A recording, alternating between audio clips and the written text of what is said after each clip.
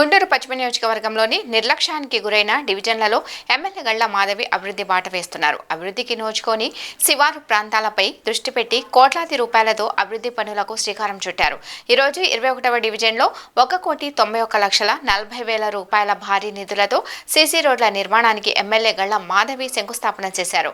ఈ సందర్భంగా ఎమ్మెల్యే గళ్ల మాధవి మాట్లాడుతూ గుంటూరు పశ్చిమ నియోజకవర్గంలోని భారీ నిధులతో అభివృద్ధి పనులకు శంకుస్థాపన చేయడం ఆనందంగా ఉందని, తొలి నుండి అభివృద్ధికి నోచుకొని శివారు ప్రాంతాలపై దృష్టి పెట్టానని, ఇందులో భాగంగానే నిత్యం అభివృద్ధి పనులపై సమీక్షలు చేసి పనులు ప్రారంభిస్తున్నట్లు తెలిపారు. గుంటూరు పశ్చిమ నియోజకవర్గంలో ఎక్కడా కూడా రోడ్లు, డ్రైన్ల సమస్యలు లేకుండా నియోజకవర్గం మొత్తం అభివృద్ధి చేస్తానని ఎమ్మెల్యే హామీ ఇచ్చారు.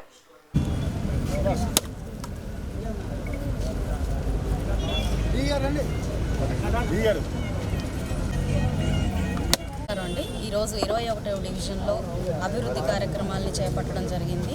సీసీ ట్రైన్స్, అదేవిధంగా సీసీ రోడ్స్, కొన్ని చోట్ల కల్వర్ట్స్ కూడా వేసుకోవడానికి శంకుస్థాపన చేసుకోవడం జరుగుతుంది. దాదాపుగా 1,91,00,000 రూపాయల వర్క్ ఈరోజు శంకుస్థాపన చేసుకోవడం జరుగుతుంది. Krishnababu colony and Shashank Goyal colony and Bhanuprasad colony, Abdul Kalam Nagar, zero line, Krishnababu colony zero line, ఈ 4 ఏరియాల్లో కూడా ఈరోజు శంకుస్థాపన చేసుకొని వర్క్స్ ప్రారంభించుకోవడం జరుగుతుంది. ఇవి గడిచిన 5 ఏళ్ల నుంచి కూడా కనీసం ఒక్కళ్ళు కూడా వచ్చి ఈ యొక్క ఏరియాస్ని చూసిన పాపాన పోలేదు.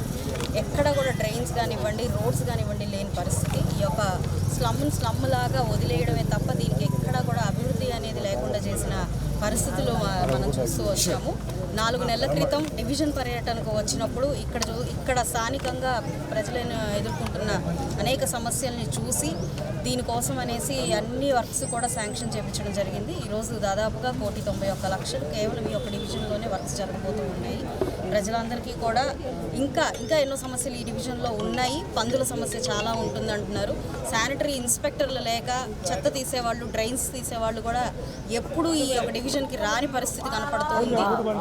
ఎన్నో రకాలైన అనారోగ్యాలకు కూడా ఈ యొక్క డివిజన్ నెలవుగా ఉండిపోతూ వస్తుంది. మంచినీటి సమస్య కూడా ఈ మధ్యకాలంలో ఎదుర్కొన్నారు. దాన్ని రీసెంట్గానే పరిష్కరించడం జరిగింది. ఇలా పూర్తిగా ఈ యొక్క డివిజన్ని వదిలేసిన పరిస్థితుల్లో ఇప్పుడు మళ్ళీ పునరుద్ధరించుకొని అన్ని వర్క్స్ మీద దృష్టి పెట్టి ఇక్కడ వర్క్స్ చేయించడం జరుగుతూ ఉంది. నన్నయ్య గారు డివిజన్ ప్రెసిడెంట్గా ఉన్నారు. ప్రతి ఒక్క పనిని పర్యవేక్షిస్తూ ఈ యొక్క పనుల్ని త్వరితగతిన పూర్తి చేసే ప్రయత్నం చేస్తూ ఉన్నాము. ప్రజలందరూ కూడా హర్షం వ్యక్తం చేస్తూ ఆనందం వ్యక్తం చేస్తున్నారు.